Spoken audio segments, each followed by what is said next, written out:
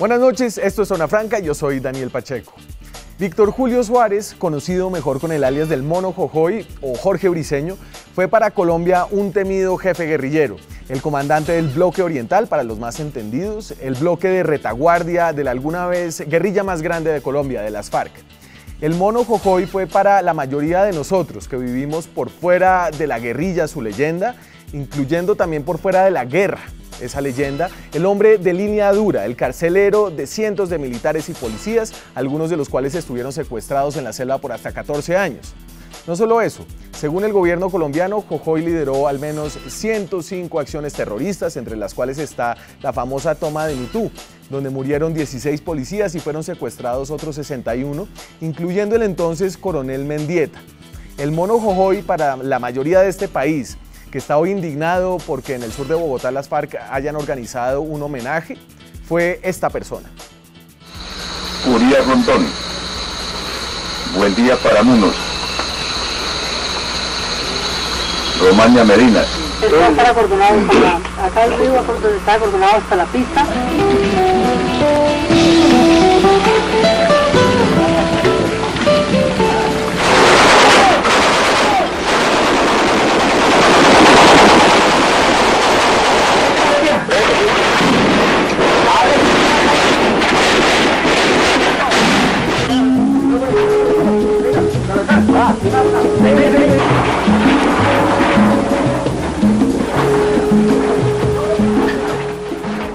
El Mono Jojoy no era un gran intelectual de las FARC, no era un pensador, era, por lo que sabemos, un hombre de acción, de tomas, de secuestros, de armas, de guerra. Por eso sorprende que la gente de las FARC, que ya salió de esa guerra, entienda tan mal al país al que aterriza a hacer política, a hacer homenajes, que entiendan tan mal los pasos de la reconciliación, que empiezan, como han repetido muchos de los que saben, por ponerse en los zapatos del otro, el que era el adversario antes, y entender qué significa este homenaje.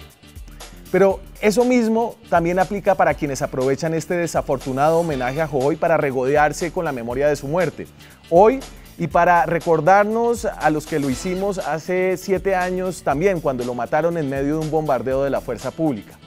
Porque si de reconciliación se trata, y a pesar de lo difícil que resulta ahora, habría que ponerse también en los zapatos de las personas que combatieron en la guerrilla bajo el mando del Mono Jojoy, a sus camaradas, para quienes el Mono era un comandante, un padre en ocasiones, un protector. Hoy, con pésima poesía, lo recordaba así Iván Márquez. En la trinchera bañada con el rubí de tu sangre germina la rosa roja que hoy palpita en el corazón de la patria, la rosa roja del nuevo partido de las FARC. En la mitad de todo eso, entre el odio y el elogio, en algún momento tendrá que encontrarse la memoria de lo que fue esta guerra. Una memoria que logre volver a enfocarse en lo más importante, no en el Mono Jojoy bueno o en el Mono Jojoy malo, no en el Mono Jojoy del todo, sino en la gente que de lado y lado sufrió las consecuencias violentas y dolorosas de un país que estaba roto entre buenos y malos y que ahora se reencuentra como ciudadanos. Aquí arranca Zona Franca.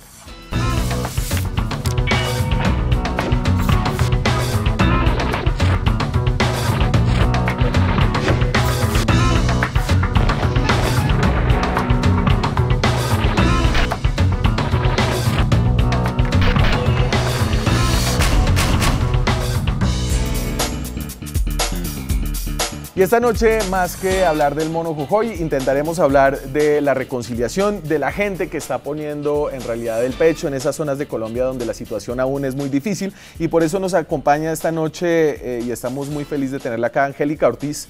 Es una de las integrantes del movimiento Fuerza de Mujeres Wayuu, que fue esta semana galardonado con el Premio de Derechos Humanos de la Agencia de Cooperación Sueca por el trabajo de defensa de los derechos humanos colectivo. ¿Qué tal, Angélica? ¿Cómo está? Muy buenas noches a todos los televidentes de Zona Franca.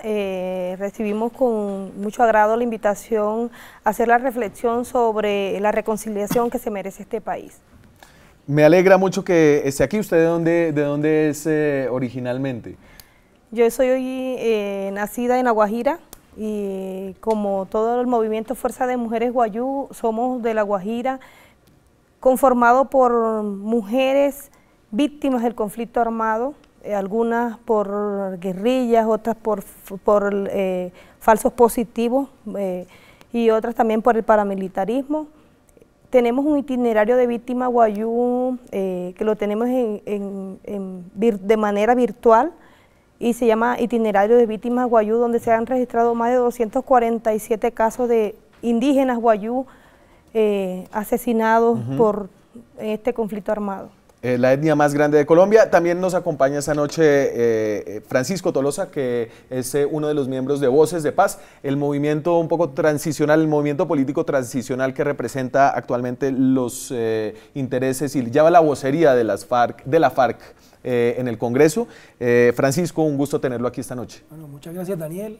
Felicitaciones, Angélica, también por el premio recibido y por el esfuerzo que implica construir alternativas de paz en este momento histórico para nuestra patria, ¿no? Francisco, usted, además de Voces, integró el partido de la FARC.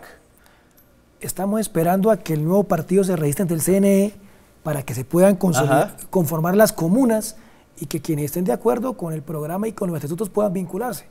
Por lo que he leído hasta ahora, el programa me convence.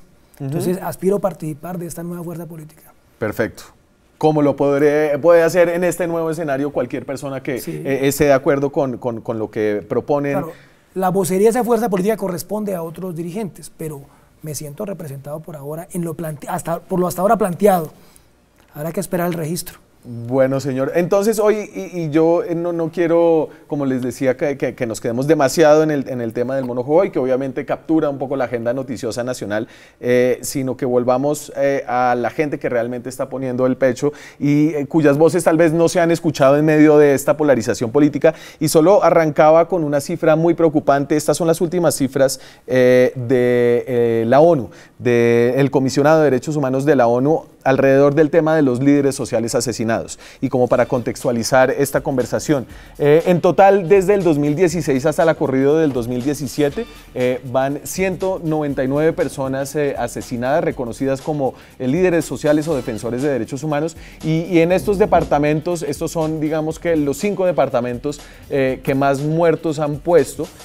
Si recuerdo bien, La Guajira no estaba muy lejos del 5º puesto, pero en Cauca 50, definitivamente donde más líderes sociales se están matando: Antioquia, Valle del Cauca, Nariño y norte de Santander. Angélica, antes de entrar en este tema, hábleme, quiero escuchar y conocer de su organización, de lo que está pasando en La Guajira y cuál es el mensaje que usted trae y por qué la reconocieron.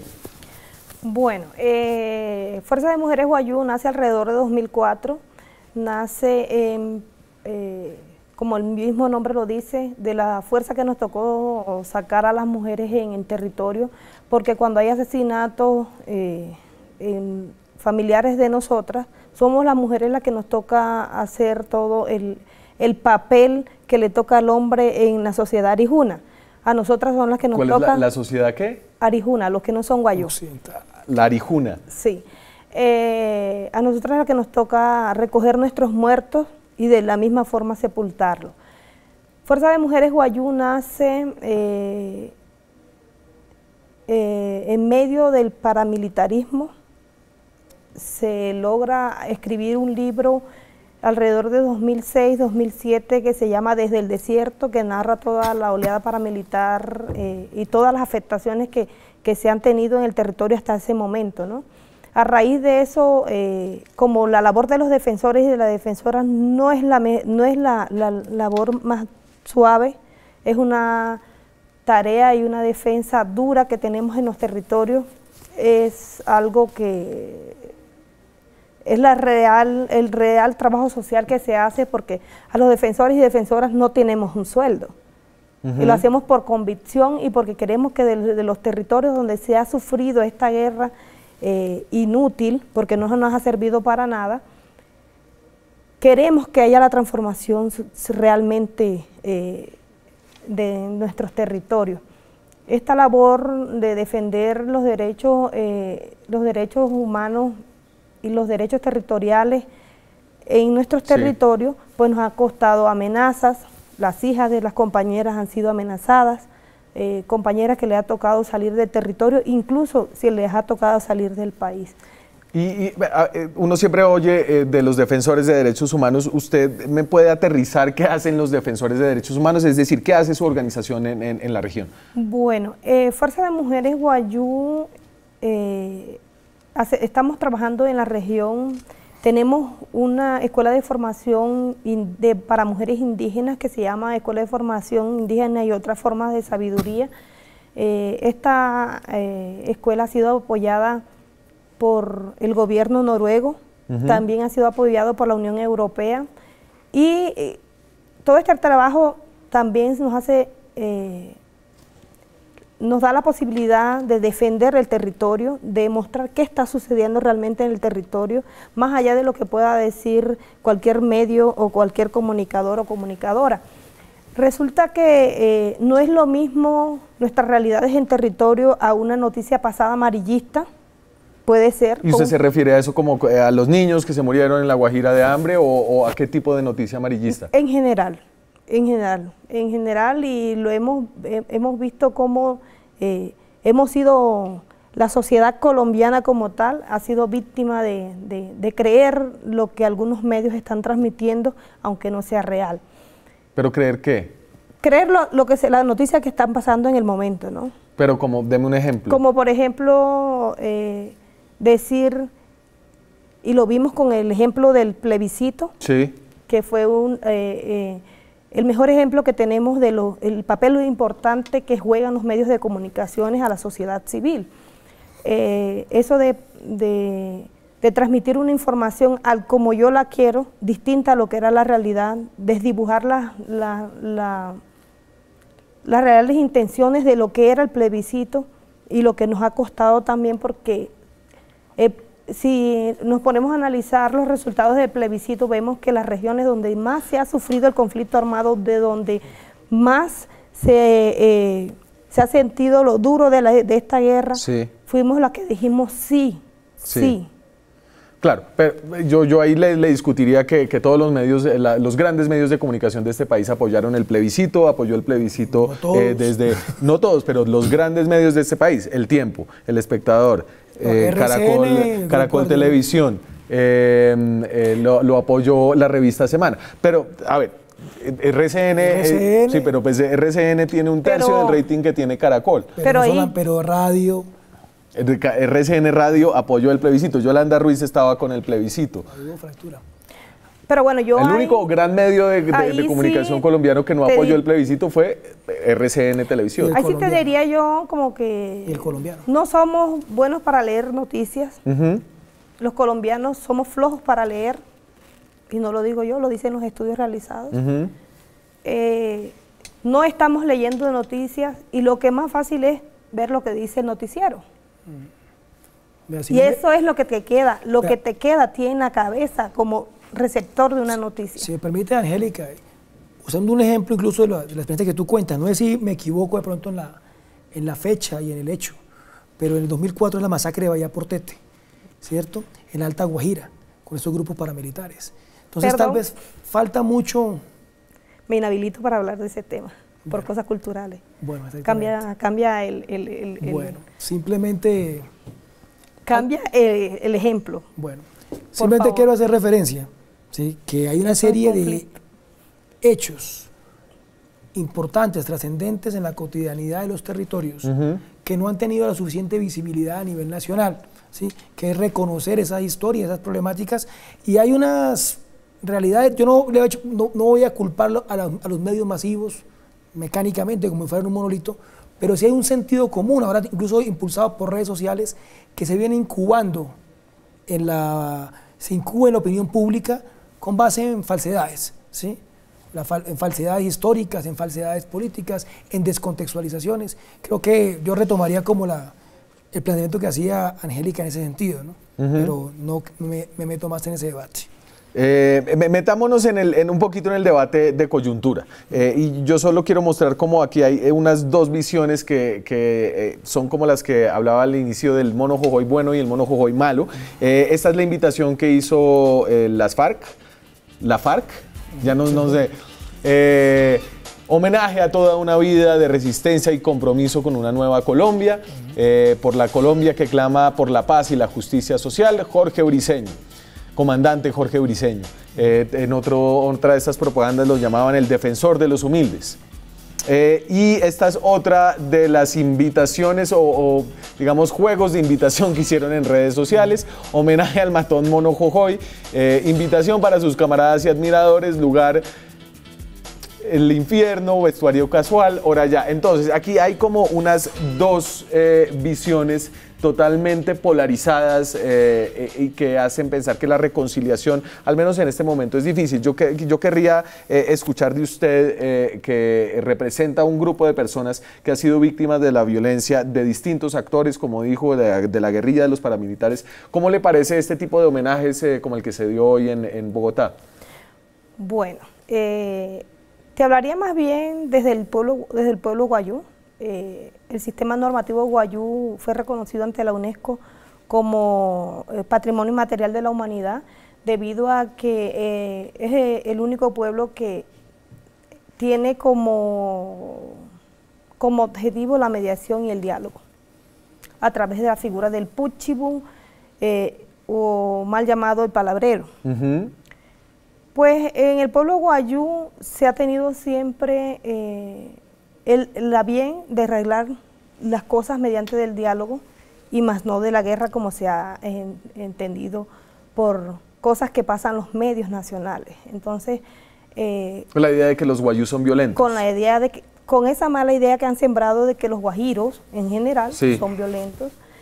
Y miramos entonces cómo desde el pueblo guayú, cuando ocurre un problema, lo primero que se acude es a buscar la forma de arreglar el problema, de solucionarlo mediante el diálogo. Y son nuestros tíos maternos los que son encargados de buscar la forma de la mediación. En caso... ¿Pero qué diría un cómo se dice? Puchibú. Puchibú, ¿qué diría al respecto de esta situación? Es decir, y aquí me parece que su voz es importante, porque su voz tiene más autoridad moral que incluso la voz de un político o de un periodista como yo. Cuando yo le pregunto ¿qué le parece cuando homenajean a una persona que en el pasado, en medio de un conflicto, hizo daño a muchas personas, me interesa su opinión, porque tiene más autoridad que mi opinión o incluso la opinión de Tolosa, que ahora es político, o de otros políticos que han estado criticando? Pues esta situación no es nueva. No es nueva, y lo vemos entonces de que se haga un homenaje o no. Lo vemos entonces cuando están, por ejemplo, los paramilitares haciendo los desmovilizados de las AUC pidiendo perdón en las audiencias públicas. Entonces, el moralismo que se tiene en la sociedad colombiana depende de quien sea, ¿no? De a quién se le esté haciendo o no un reconocimiento. Yo pienso que desde la sociedad, yo creo que estamos muy llenos de odios, muy llenos de rencores. Nosotros las víctimas apostamos por un nuevo país, por la reconciliación de este país, pero tenemos que empezar a desarmar la palabra, por ejemplo. Francisco, y ahora sí, ahí le cae el tema. Vi su tweet. Varios, sí. Voy a resaltar en el que pone una foto de Laureano Gómez y dice, y lo voy a parafrasear, ¿por qué se sorprenden? Ya a los genocidas les han hecho homenajes antes, todos están en su libertad. A ver, yo quiero hacer una mirada histórica, para después entrar a la mirada política. Y la mirada histórica es que todos los procesos de cambio, gústeme o no me guste a mí, independientemente del bando en el que esté yo, han pasado por ejercicios de violencia política. En la historia de Colombia y en la historia del mundo. ¿Sí? O sea, ni Franco se levantó en armas contra la República Española con una chupeta, ¿cierto? Ni la guerra de los 1000 días de liberales contra conservadores fue con Esparquis. O sea, fueron hechos violentos, victimizantes, donde el DIH ni siquiera aparecía, no hablemos de eso, ¿sí? Yo no voy a decir que... Entonces van a decir que ¿cómo se va a comparar? porque hay una visión, un complejo de Adán también de la sociedad, ¿no? Entonces, no, es que el mío sí es bueno y el suyo sí es malo. Es que ese no, usted no puede comparar. Pero mira, acá yo pongo un ejemplo. Tomás Cipriano de Mosquera es el guerrillero más exitoso de la historia de Colombia, porque es el único que tomó el poder. Y yo no voy a defender a Tomás Cipriano, no lo estoy defendiendo, su ideología política, pero fue un actor político que usó la violencia y hizo un cambio político. A mí me puede gustar, no me puede gustar. Su método me puede gustar o no me puede gustar, su ideología, su programa, pero lo innegable históricamente es que fue un actor político que hizo política con las armas. Y tienen derecho quienes se reivindican en su método o en su ideología a reivindicarlo. Para no poner ejemplos más recientes que podrían ser más polémicos, ¿cierto? Pero para ponerlo más... Y no poner ejemplos, ¿a qué se refiere? Y no poner ejemplos más... Y no poner ejemplos más lejanos que podrían sonar más heréticos, ¿sí? Pero en lo concreto, a propósito de lo que tú dices, acá hay una población que se considera víctima de las FARC, ¿sí? Porque hubo una guerra que generó hechos dolorosos que nadie está negando. Y acá hay una población que se considera víctima del Estado, porque generó hechos dolorosos que lastimosamente no han sido aceptados, no han sido reconocidos. Porque yo he visto a la FARC pidiendo disculpas y haciendo acto de contrición en Bojayá, pero nunca he visto a los paramilitares que se escondían en la iglesia haciendo ese acto de constricción, ni al Estado haciendo actos de constricción por escenarios tan dantescos. ¿Los ha hecho? Por ejemplo, en el caso de Correa Andrés, ¿en dónde el Estado ha hecho un acto de constricción? A partir del acuerdo de paz. En la masacre de Chengue, o sea, que hay una serie de acciones o omisiones del Estado en las que lo ha hecho responsable. Entonces, hay algunos que nos podemos sentir víctimas porque, claro, somos políticos, somos académicos, somos profesores, pero también hemos podido ser víctimas del Estado, de los paramilitares o de la insurgencia en determinado momento, que podrán sentirse ofendidos, molestos. Pero yo hago solamente dos notas de pie. ¿Por qué amarrarse ahí? Pero, a ver, dos notas de pie para pasar a la reconciliación. Yo entiendo, y es decir, la FARC... La FARC. Sí, la FARC. El partido FARC, para que vaya. Es que me siento hablando... uribizado. Sí. Yo no entiendo si no entienden el país donde aterrizaron o no les importa el país donde aterrizaron. Porque está muy bien que usted haga un homenaje íntimo, un homenaje personal. Este era un comandante, era parte de una gran familia insurgente incluso, ¿no? Pero ¿por qué hacer un homenaje en un momento además en el que no está montado el sistema de justicia transicional, en el que estamos un limbo haciendo políticas sin justicia? Bueno. Entonces, o sea, antes de pasar a eso, dos pies, notas de pie. Uno, para mí el homenaje al comandante Jorge Briceño es parte del ejercicio de un país democrático. Claro, yo no le estoy diciendo que eso debe estar prohibido. No, porque bueno, no falta el qué. Segundo aspecto, hay que mirarlo desde una perspectiva histórica, ¿sí? Histórica comparada, de más largo aliento, y efectivamente lo que pasa acá es que tal vez las heridas no han terminado de sanar, porque el proceso de reconciliación nacional no ha avanzado lo suficiente como todos quisiéramos, o como la mayoría de colombianos y colombianas quisiéramos. Ahora, frente a la pregunta, yo creo que el partido FARC, cuando mantiene el nombre, toma una decisión política, que es no negar su historia. O sea, porque yo creo que hubiera sido muy malo que la FARC hubieran empezado a negar la historia para que igual todos se lo recordaran. Ya vimos, delata usted la línea. Ahí hay una opinión clara, una reivindicación de la historia de la FARC, no negando. No ahora, todos estaban de acuerdo, ¿no? Sí, sin el ánimo del tema histórico, creo que sí hubo un consenso. No, en el del nombre. Entonces, el nombre es un símbolo para mí de FARC, de la continuidad de FARC, de la continuidad de una historia de FARC. Y efectivamente, yo no decía el país, si la FARC niega la opinión pública, si hacía el término, pero es un hecho político necesario.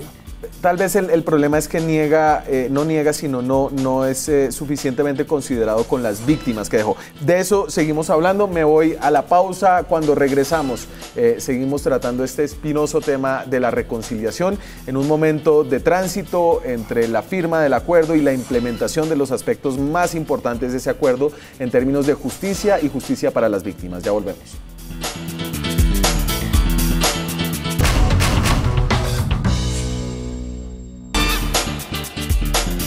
Seguimos en Zona Franca, hoy hablando de reconciliación en medio de la polarización de un país politizado, un país al menos ya no tan violento como lo era antes. Yo les quería poner, para seguir un poquito hablando de este tema, una nota de hoy del sur de Bogotá, del cementerio donde hicieron el homenaje, para que escuchemos un poco de la voz de esas personas, qué es lo que sienten y por qué estaban ahí haciendo el homenaje.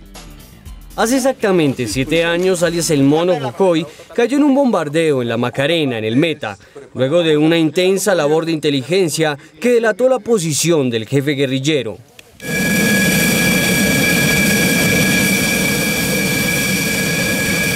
Lo asesinaron porque fue un asesinato a mansalva, no solamente con las armas de la burguesía, sino con las armas del imperialismo. Pero es hasta hoy que las personas cercanas a él, simpatizantes y dirigentes de las FARC, le pudieron rendir un homenaje. Por primera vez pudimos venir, reivindicar su nombre, reivindicar lo bueno que era el Mono Jojoy. Pero al igual que en redes sociales, a los curiosos tampoco les agradó el homenaje al guerrillero. La FARC mató mucha gente, mucho secuestrado, esto, y sí, estaban por el pueblo. Sin embargo, esto fue lo que dijeron frente a los cuestionamientos por la indignación de las víctimas. Sabemos que la guerra produce daños colaterales, daños de un lado y del otro lado. No son víctimas del Mono Jojoy, eso no es una situación de orden personal, es un problema de una guerra que se desarrolló durante más de 50 años aquí en este país. Ese monstruo que nos han querido mostrar es el mismo monstruo que mostraron cuando Bolívar, cuando Mandela. Al acto asistieron los miembros del nuevo partido de las FARC, Fuerzas Alternativas Revolucionarias del Común. Angélica, como yo sé que usted estaba como en otra cosa aquí en Bogotá, no estaba como metida en el fervor de la política diaria, pero ¿cómo entiende como esa posición de quienes de alguna forma también fueron victimarios de personas cercanas a usted? La verdad que hay algo que estamos hablando, se llama reconciliación, ¿cierto? En este tema te diría que pues a la guerra no se van a dar besitos. Lamentablemente la guerra se la inventaron por poderes, ¿no? Pero a la guerra no se van a dar besos, no se van a regalar dulces. Lamentablemente los que somos afectados somos la población civil, los que estamos en medio de la guerra, inmersos en medio de la guerra, y somos los que terminamos pagando las consecuencias de las mismas. ¿Qué te podría decir yo de las personas que acercaron a hacer el homenaje? Desde lo que yo veo y lo que acabo de ver es que estaban visitando a una persona que para ellos resultó importante, pero para usted y para mí de pronto no, o para la sociedad civil bien repudiado. Pero ese es el ejercicio de la democracia. Cada quien se inclina hacia donde cree que está su afinidad política. Y llámese político a cualquier tipo de ejercicio del derecho que se haga.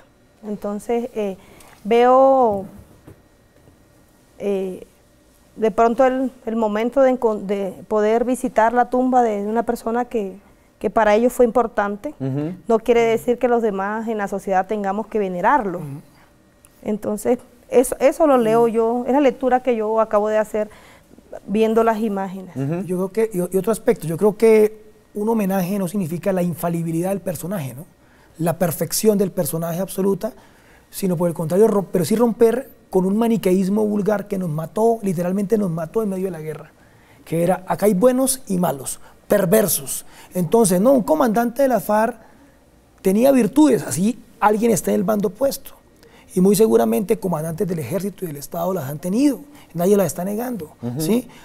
Yo de pronto a mí me invitan a un homenaje, qué sé yo, a Faruk Yanini no voy a asistir, ¿sí?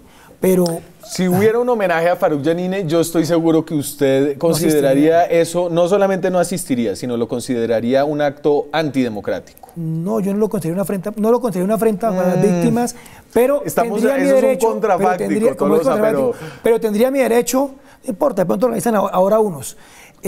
Nunca falta hasta los que eligen por ahí. No, pero mire, pero yo por ejemplo, de lo que hablamos de Tuluá. Lo pongo en los siguientes términos. Bueno, el tema de Jesús María Lozano. Pero aparte de ser un ejercicio válido en términos legales, que no es mi debate, porque no es un problema de derecho, sí, yo lo consideraría, o sea, yo tendría mi derecho a criticarlo. ¿Sí? Yo tendría derecho a criticar a quien le hace un homenaje a Farruko Giannini. Eso es válido también. Y eso lo han hecho acá también los que están en contra del acuerdo de paz, han criticado el homenaje al Mono Jojoy y tienen derecho a criticarlo. Tiene tanto derecho las FARC a hacer el homenaje como los opositores a criticar el homenaje, pero eso no invalida el homenaje. Y yo digo, es un primer paso para romper con el maniqueísmo. O sea, acá nos contaron la historia de que nadie quería a las FARC, nadie quería al Mono Jojoy. No, hay una gente, muchos, poquitos, nada, ya 1, 2, 3, no sé cuántos, no entremos en eso, que sí reivindica, tal vez habrán errores, criticarán sus errores, pero reivindican también lo que veo en las intervenciones, un lado humano y político del Mono Jojoy. Porque también hay una visión muy común, lastimosamente, en la trivialización que hace medios o opinión pública, que es, hay comandantes militares y comandantes políticos, hay personas buenas y personas malas. No, hay una... pero no me va a decir que el Mono era un gran intelectual. Bueno, depende de la concepto. No conozco lo primero que haya escrito, qué concepto elaboró. Diría en términos gramscianos, el Mono Jojoy era un intelectual orgánico de las FARC. En términos gramscianos clásicos. Un hombre de acción, digamos, era un líder. Claro, pero hay teoría. Hay teoría, hay elaboración política. ¿Pero cuál teoría? Claro que hay elaboración política. Equivocada o acertada, podemos discutirla. Pero es que no la conozco. Detrás de una acción militar, de definir un blanco en la guerra, acertado o no acertado ese blanco, hay una concepción política de a quién hay que golpear o a quién no hay que golpear. Ahí hay un debate, digamos, hay una concepción política detrás del ejercicio militar. Podemos no compartirla, digamos, yo no me quiero meter como en esas Honduras. Sí, igual, porque sí, no era ningún Mandela. Y digámoslo, era de otro perfil, ¿cierto? Era de otro perfil. Ahora, Mandela no estuvo preso 27 años. Por nada. Bueno, porque le regó un café. Decía, Angélica, por tirarle besitos al gobierno de Pretoria, no. Por acciones que hoy llamarían los que... Terroristas. Claro, en sentido clásico y prístino del término. Un poco de contexto aquí, de que estamos hablando del tamaño de la victimización durante nuestro conflicto y que muestra un poco los distintos lados de los grupos que han participado acá. Esas son cifras del Centro de Memoria Histórica, por ejemplo, en el tema de secuestros, y aquí las voy a pasar rápido en varias facetas que muestran cómo las FARC sí fueron importantes en algún tipo de delitos, más que grupos paramilitares, por ejemplo, 24.000 secuestros, 27.000 víctimas de secuestros en Colombia, esto es entre el 70 y el 2010, de nuevo cifras del Centro de Memoria Histórica, el 90% de los secuestros se atribuyen a las guerrillas y el mayor secuestrador de Colombia fue las FARC. Pero, por ejemplo, cuando uno va y mira temas como asesinatos selectivos, aquí estamos hablando de alrededor de, aquí tengo que, 23.000 víctimas. No, 150.000 víctimas entre el 81 y el 2012. De nuevo, esto es del Centro de Memoria Histórica, de su informe Basta Ya. Y aquí los grupos paramilitares son los responsables de la mayoría de los asesinatos selectivos, con el 38% más o menos. Luego las guerrillas con el 16%. Está por determinarse el 27%. Y aquí aparece la fuerza pública, ¿cierto? Y esto, recuerden, esto no son cifras de una ONG, no por demeritar la labor de las ONGs, ni de las FARC. Estos son cifras del gobierno colombiano, del Centro de Memoria Histórica, que funciona como entidad independiente del gobierno colombiano. Y terminemos esto con, sigamos, ataques a bienes civiles, por ejemplo. Y aquí vuelvo a mostrar como las dos caras. La guerrilla es la responsable de la mayoría de los ataques a bienes civiles, de 84%, esto es entre el 88 y el 2012, hechos que dejaron 715 víctimas, se reportan 5.138 casos. Las guerrillas son responsables de la mayoría de estos, los paramilitares de un caso muy pequeño. Pero volvamos entonces a la otra cara, masacres.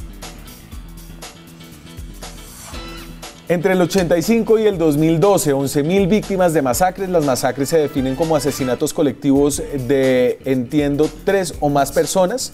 En este caso, los paramilitares son los victimarios más grandes de este país en cuanto a masacres, con el 58%, la guerrilla con un 17%, y de nuevo, la fuerza pública está otra vez involucrada con un 8%. Hay todavía un 15% más o menos de acciones por determinar. Entonces, estas son como las distintas caras de la guerra en las que, de nuevo, Angélica, un poco vuelvo a lo que usted decía al principio, aquí hay de todo, ¿no? Los actores son distintos, son múltiples, y vuelve uno entonces a la voz de las personas que quedaron y que están tratando de recuperar, y ese es el trabajo que ustedes están haciendo ahora mismo, de reconciliar. ¿Ustedes han avanzado en eso en su región? Bueno, desde la organización Fuerza de Mujeres Wayuu hemos venido apostándole a la transformación y a la reconciliación, y primero partiendo por la formación. Primero hay un acto de reconocer lo que ha pasado históricamente en nuestros territorios. Hay que reconocer el dolor que se ha causado, el sufrimiento de mujeres que han y hombres, familias enteras que han enterrado a sus familiares, otros que ni siquiera saben dónde están. Pero aparte de todo eso, tenemos que mirar que la sociedad hay que transformarla. Y ahí sí decimos nosotras que la transformación que se debe de realizar, se debe de realizar desde nosotras, las víctimas, desde los dolientes, desde el partir del perdón. Aunque ¿Y lo han logrado en el hacer, momento, digamos, en esa región, digamos, personas que fueron asesinadas por uno o tal grupo, que se hayan confrontado a sus victimarios, que hayan logrado como un cierre de esas viejas heridas? Existe de todo un poco, porque tampoco podemos obligar a una persona que no diga no perdono. Porque hay personas, existen víctimas que dicen no perdono, pero tampoco nos podemos quedar en eso.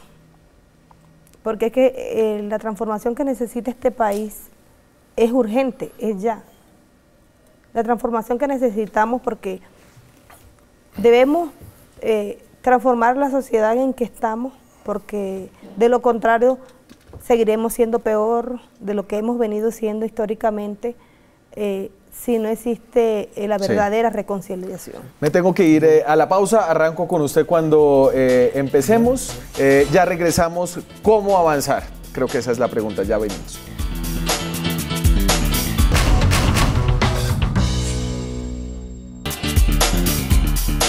Seguimos en Zona Franca.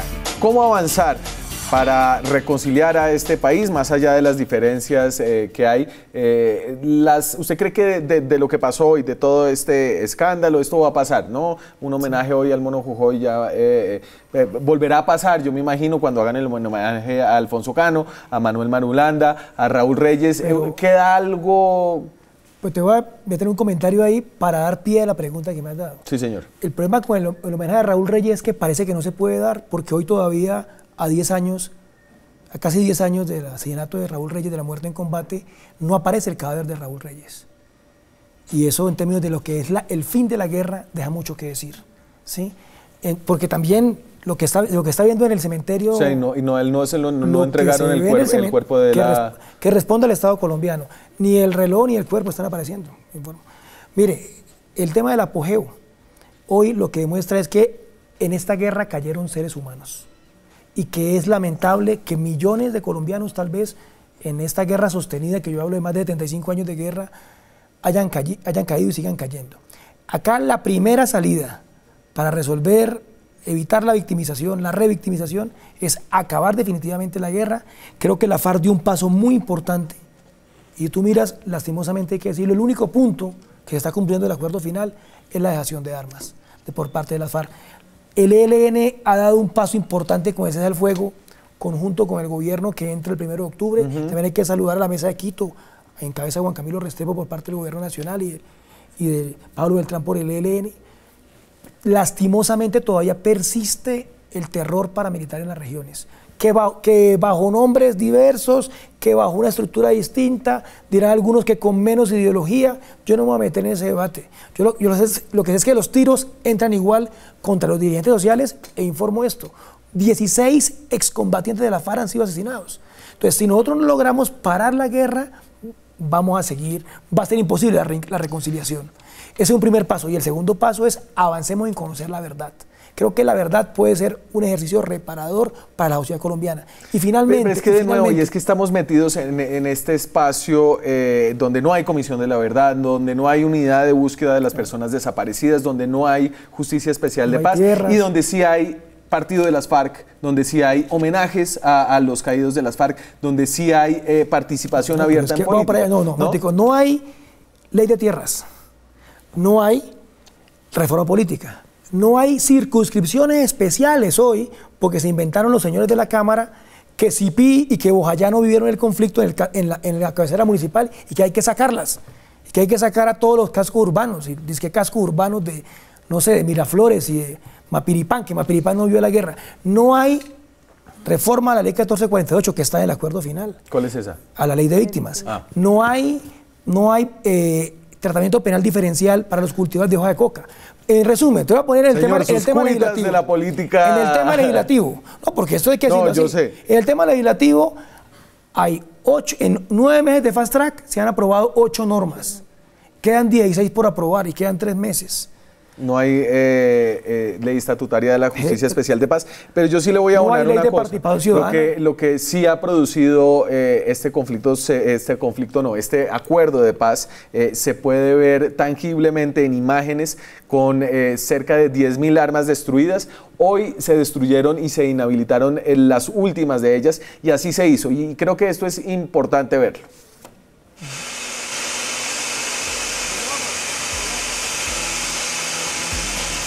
Ahora, no hay comisión de la verdad, no por culpa de la FARC.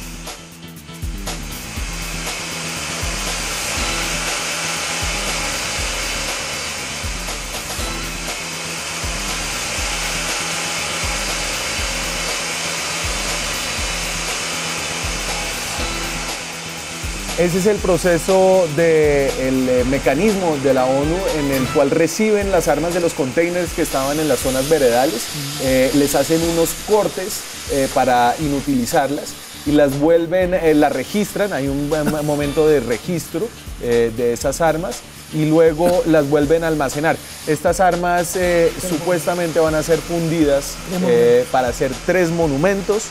Uno de ellos, y esto ya se sabe, Francisco, uno de ellos en La Habana, otro de Nueva York y otro en Bogotá.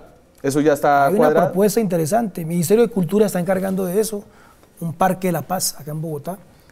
En La Habana, pues, y en Nueva York definen las respectivas autoridades. En Nueva York es un homenaje a la ONU, que ha sido también garante de este proceso de fin del conflicto. Y ahora se instala la segunda misión de la ONU, ¿no? No solamente para la dejación de armas, sino para la reincorporación de las FARC y para las garantías de seguridad, que, insisto, son alarmantes. 16 excombatientes de las FARC asesinados. Este tema... 11 familiares de las FARC asesinados. Es grave, además de los casi 200 líderes sociales desde el 2016. Cuando regresemos, conclusiones de este programa sobre reconciliación, sobre polarización en medio de esa reconciliación.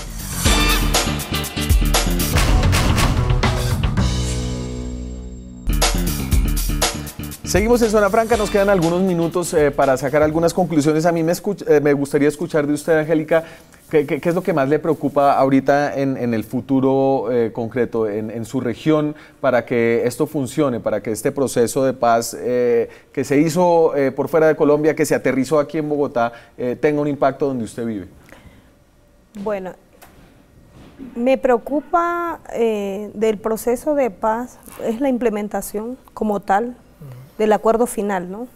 De que los PEDET se materialicen, que el plan marco salga a la luz. Los PEDET, que son los proyectos regionales de desarrollo. Exactamente, que lleguen a los territorios, más allá de estar escrito en un papel, que lleguen a desarrollarse a los territorios, que se cumplan, porque de no ser así se estaría revictimizando a las víctimas con esto.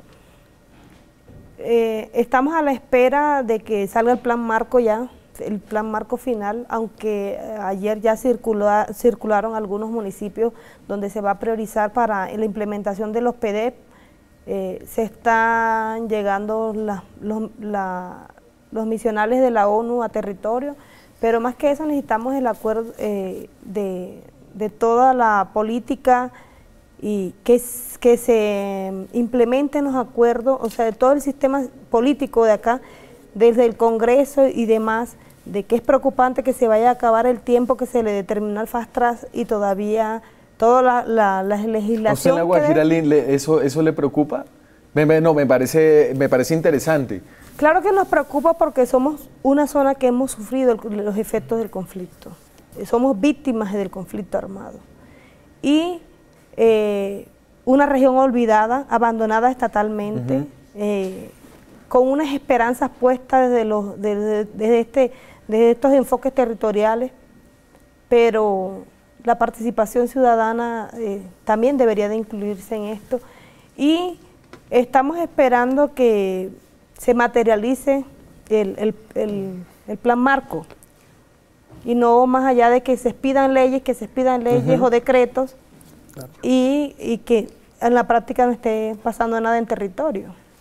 Señor. Bueno, por esa vía, acabar la guerra también pasa por acabar las realidades que generaron la guerra, ese olvido ancestral en muchos territorios, esa dificultad con el problema de la tierra en Colombia irresuelto, esa ausencia de garantías políticas, y eso hay que hacerlo. Lastimosamente en Colombia todo tiene que ser una norma, y nos tocó meternos en esta carrera legislativa del Fast Track, pero también lo que queremos... abogado? No, gracias a Dios, y a la Virgen Santísima, no, yo soy profesor. Ah, pero es marxista y rezandero. Bueno, claro, porque soy hijo del pueblo, del pueblo colombiano. Para ponerlo en los siguientes términos, me preocupa que llegue la paz a los territorios, significa plan marco y presupuesto. Y meto esta cuñita. Es un irrespeto que el ministro Cárdenas proyecte 129.5 billones para 15 años. Si usted mira el presupuesto general de 2018, aparece 2.4 para posconflicto, 2.4 billones. En un país en guerra se gastaban 30 billones en defensa, en un país en paz se van a gastar 30.5 billones y 51 billones para la deuda pública. Entonces eso es como mamadera de gallo, ¿cierto? Si tú vas a resolver el problema de la tierra, el problema de las vías terciarias en La Guajira, que es parte de los PEDET, el problema de el riego y el drenaje, que es parte de los PEDET, el problema de la electrificación rural, que es parte de los PEDET, el problema de claro, pero esa es una visión maximalista del acuerdo, ¿no? No, es que está ahí, es lo que está ahí, yo no estoy pidiendo nada de lo que no está escrito. Ay, pero ahora sí se volvió leguleyo. Claro, en estricto sensu, un litro lo que dice, nada más. Me quedan unos segundos y yo para terminar quería terminar un poquito como empezamos, y era recordando que en este país se están matando a mucha gente y tratando de ponerle cara a esa gente en los casos en los que podemos. Este es el contador que lleva Pacifista, un proyecto de Vice sobre líderes sociales asesinados en lo que va corrido de este año.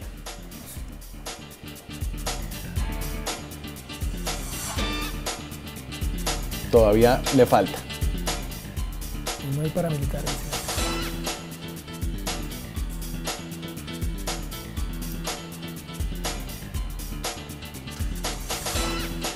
El último de ellos, Manuel Ramírez Mosquera, en Río Sucio, Chocó. No hay fotos de todos ellos, quisiéramos poderle dar cara a toda esta gente, pero me alegra haberla conocido y que haya venido hoy a este programa para escuchar de lugares distintos, de situaciones distintas. Muchas gracias, Angélica. Muchas gracias a ustedes por la invitación y recordar que Fuerza de Mujeres Wayuu obtuvo el Premio Nacional a Mejor Proceso Colectivo del año 2017, otorgado por Diaconía y la Iglesia Sueca. Felicitaciones, a usted lo veré mucho por aquí, afortunadamente. Si invitan, esto es parte del juego de la democracia y el mensaje es a ganar la paz, ¿no?